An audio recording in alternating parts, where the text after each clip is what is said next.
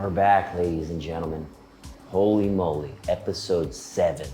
We did this one with Pizza Baby LA, and I can't say enough good things about the conversation I had with Janet and Robin.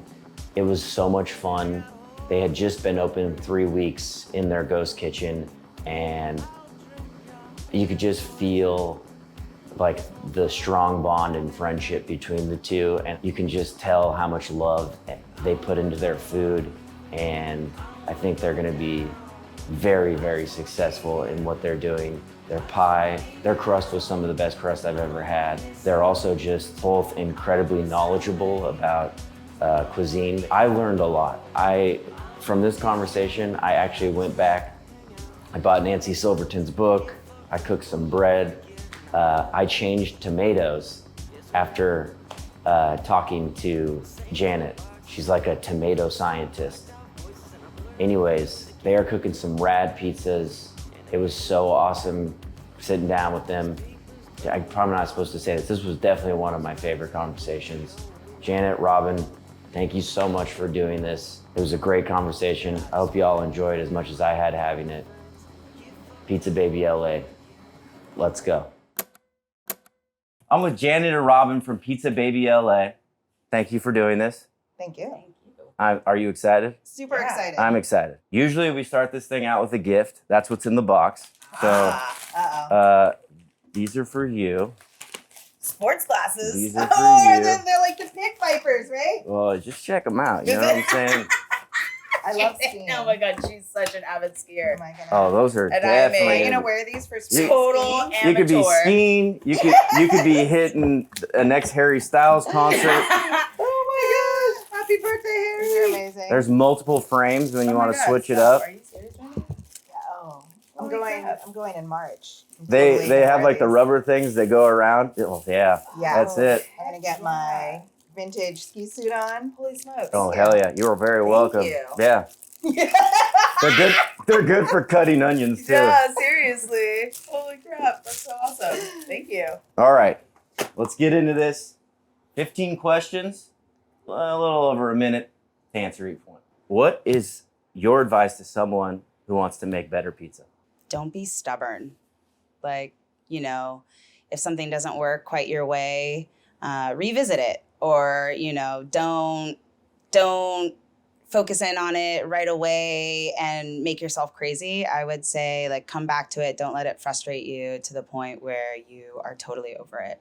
I think it's important just to be a good person. Like, don't constantly try to undercut people, cut costs. Like, when you do those things, you definitely compromise quality. So, like, think about your customer and, like, maybe their kids are eating it. Do you want to give them conventional food full of pesticides and whatnot? Or do you want to use, like, healthy, like, organic things? So you have been open now for about 3 weeks, and what has been the most challenging part about that? Patience. I have zero patience all the time. And just learning to sit in the moment has been my hardest task at hand. Especially like me personally, but maybe even as like a generation, we want things like now. We want them to be perfect. We want them to be exactly how we imagined. And often I think that means like we move too fast. And I'm trying to, even if it's uncomfortable, like sit with that feeling, whether it's happiness or anger or impatience, and just feel it, like it's really important to just feel those things and then, be able to process them like a normal person ought to. Yes. From a business standpoint, being in a ghost kitchen, the marketing. Because basically, like my friend said, you're like this huge secret. Nobody knows you're out there. And just kind of understanding like what channels you need to use to market yourself and get customers in the door. Yeah. So that's been the hardest. And so this is going to be another hardest question. What was the hardest part about getting open? The health department. That was Getting it? them in here, Yes. especially around the holidays. Just getting them to show up. Yeah. So did you always foresee this concept being like done in a ghost kitchen? Definitely not, no. We had just kind of toyed around with the idea of like, oh, if we could find a tiny little shop, a couple 100 square feet, maybe we can sling some pies. And then this ghost kitchen thing came up, and we were just talking about quality of life and just how much extra you have to do when you have to provide service in dining inside.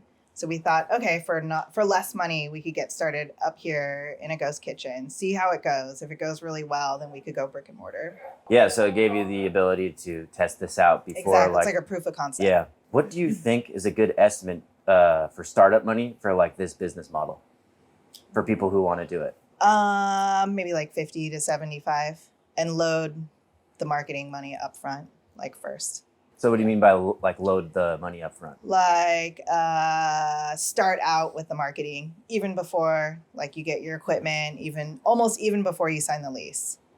Like if you do that, then once you get out the gates, you're gonna have enough to keep operations going, and then you'll probably get customers in the door. What was the marketing that you have done thus far?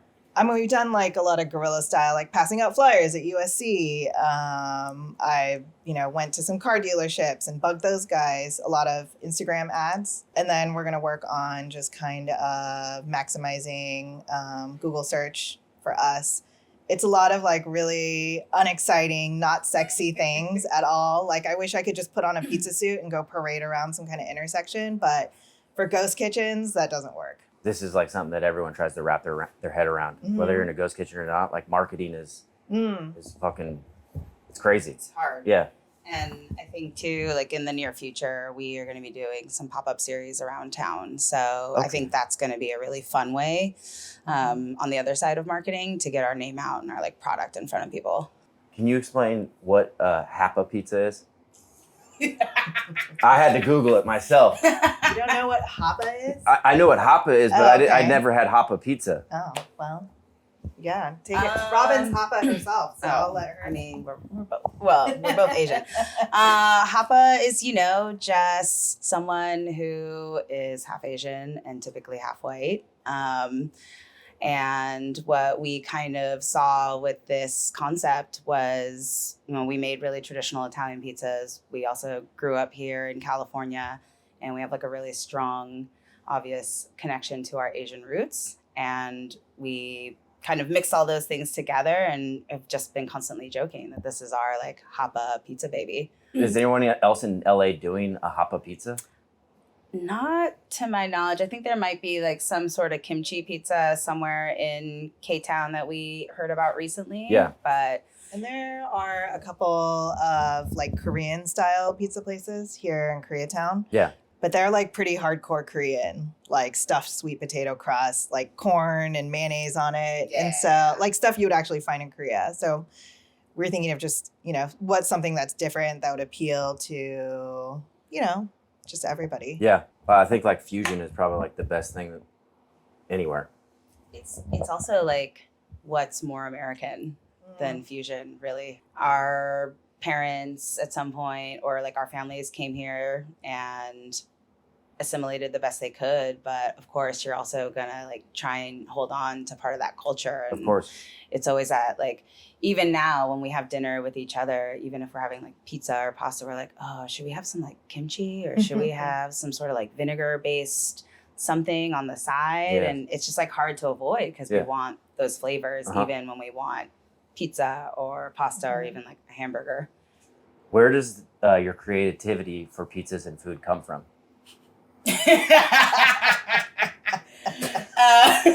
Yeah. Is that one a funny ass question or what, I mean, dude? it's funny. I wasn't expecting It's laugh. funny because, so we went to culinary school like 100 million years ago together. Both and, of you? Yeah, and we were just ridiculous. Like now looking back on it, like we were so obnoxious. And when Robin started working with me at Pizzetta, again, I mean, I think we just had a lot of inside jokes. I felt so sorry for the third person prepping with us because I think they just felt excluded all the time.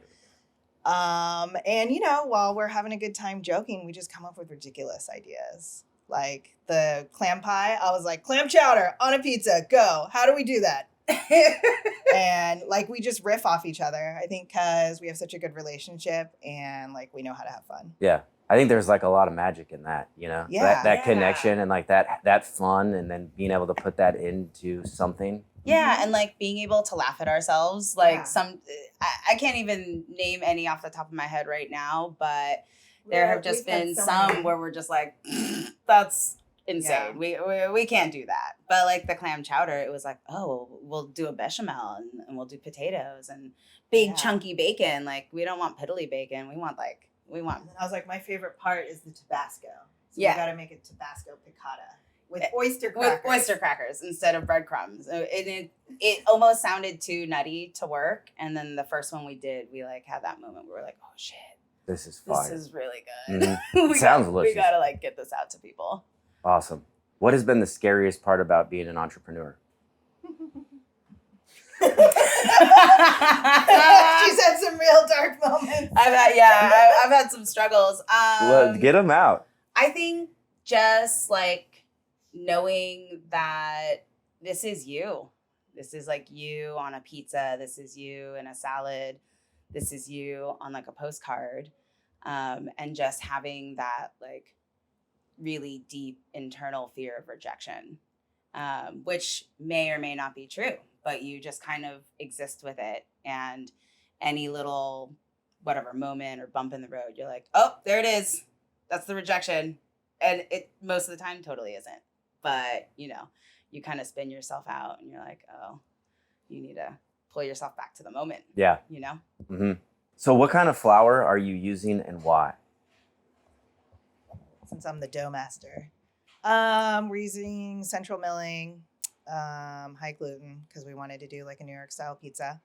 And then what I really wanted to do was fresh mill whole grain wheat, because I love that flavor. I did a lot of bread making at home, sourdough, blah, blah, blah. And then my friend turned me on to just milling the grain yourself. And it makes such a difference in flavor. We haven't bought a mill yet. Not yet. Yeah, But would you get a mock mill? Yeah, like a mock mill. Yeah. Yeah, the bigger one. Mhm. So instead we're using the Cairn Springs. And they do leave like a high percentage of bran and wholemeal in their flour. Is it the Yokoro Rojo? Yes. Yeah. Yeah, you got the good shit. I saw it when I walked in. I was like, they know what they're doing. Yeah. As much as I love like pure white flour, like the nuttiness and the earthiness, and you get a little added nutritional value. What are your 3 favorite ingredients? in general or on a pizza? It's just in general. In general. Yeah. It's a really hard one. Wow. Right now. Right now. Doesn't have to be all time. Okay. Sesame seed oil. Bomb. Black pepper, like copious amounts of black pepper. It. She looked at you like you're a psychopath. I am a bit of a psychopath, but actually the 3 ingredients that come to my mind are garlic, bay, and black pepper. And that is like a huge staple in Filipino cuisine. Like you're going to find it in like absurd amounts in everything you make in the Philippines. But yeah, I would say those are my 3. All right. And then we got the ingredients. Let's go to what's one piece of equipment that every pizza shop should have, in your opinion? A really good dough mixer. Yeah. Not the Hobart with the dough hook. You should really get an actual dedicated dough mixer. That's what I think. Probably like a food processor or, you know. Like a good one. Like a good Yeah. one, though. And one that's not just going to beat up your ingredients, like no matter what it is. If you're making an aioli or you're making a basil oil, like you want something that is going to like last you and really treat your ingredients the way that you would with like a knife. Yeah. Except in like large quantities because you don't want to chop everything all the time yourself. Yeah, no, 100%. Oh, I've got one more. Okay. A really good can opener. Ooh, yeah. Because you are opening cans of sauce all the time. All Nice. the time. Yeah, you don't want metal shards Yeah. winding up in that sauce. We have an old school one where you like, you know, tap in the blade and like crank it around the can. You need one of those. No. You don't want those? I've seen those like break way too many times Okay. or like get They're really- too yeah, they're rusty expensive, because yeah. nobody cares to take care of their stuff. Yeah. That's the real key. I think like you could have any equipment you really like that is of good quality, but if you don't take care of it, it doesn't matter. Well said. Is there a failure in your career that you can share that taught you something or helped you grow? I actually tell this story, I feel like, all the time. I think I just told it to you the other day. So when I first started cooking, I was a pastry chef. And in my first position as the pastry chef for the restaurant, I worked with a guy who, started as a prep cook, made his way to pantry. In pantry, you're executing my desserts. Now we're not just buds. Like, now I'm kind of like, hey, that's not right, or this or that. And there was one night where I was just way too hard on him, way too hard. And I thought, like, that's just what being a chef is. And he turned around and he was like, I do not like working for you. And it felt like such an epic, like, professional failure to, like, have someone tell you that to your face. And I really thought about it, and it really made me change how I interact with people, especially people that are, like, not just working alongside me, but, like, working in a sense, like, not underneath me, but, like, people who are trying to learn from me. Like, you have to be kind. Otherwise, you're just going to have that turnover. You're going to have people telling you you're an asshole, and it doesn't feel good. Like, some people, I think, really try to lean into that. And I believe that no one really wants to feel that way at the end of the day. And it, I stumbled a little bit through the years, still with that, until I came out the other side and was like, oh, you just got to be nice and be like, you know what? People mess up. Like, that's not totally correct. That's okay. We'll still serve it. Yeah, we're like, it's all right. Just make another one. Yeah. But I used to be that chef who would, like, look at the plate and, like, throw it away in front of you and be like, do it again. And that was just not dope, but it is totally how I was taught. And that's, like, a big part of something I want to change overall, if I can, like, have an effect in the industry moving forward. Sometimes I think about, like, the prep cooks and how a lot of them are undocumented and just not speaking up kind of to management or whoever owned the establishment to kind of advocate for them. And I worked really recently at this little bakery, and I was like, I'm not going to let that happen again. So, I kind of gathered all the prep cooks, and I was like, you need to stand up for yourself. You need to ask for more wages. You need to, your family's coming from Mexico. You haven't seen them for 20 years. Like, you need to take a week off. Like, don't come here and work. It's not worth it. Can you shout out someone or a book or a podcast that we as pizza bakers need to go check out to become better bakers or just people? You probably, oh my gosh. I spent so many hours late at night watching, is it Vito Icapelli? Do you know who I'm talking about? I do. He's this Italian guy, and he did, like, a pop-up here in LA, and he's like, next level pizza. Yeah. No. I'm sure. No? I feel like maybe he even follows you, but he's huge. And he, like, goes through all the, like, pizza how-to. He gives out so much information. Oh, I know it. Yeah. You know what I'm talking about, right? Yeah. Yeah. That's the guy. A lot of All late right. night deep dives. Yeah. Leading up to Pizza Baby. So as far as, like, dough and, like, sourdough, I started a long time ago when I was in high school with Breads of La Brea Bakery, Nancy Silverton. Yeah. And Legend. her process for making a starter and then making your first loaf of sourdough bread is, like, so detailed. I mean, yeah, it's like a Bible. Is that a book? It's a book, yeah.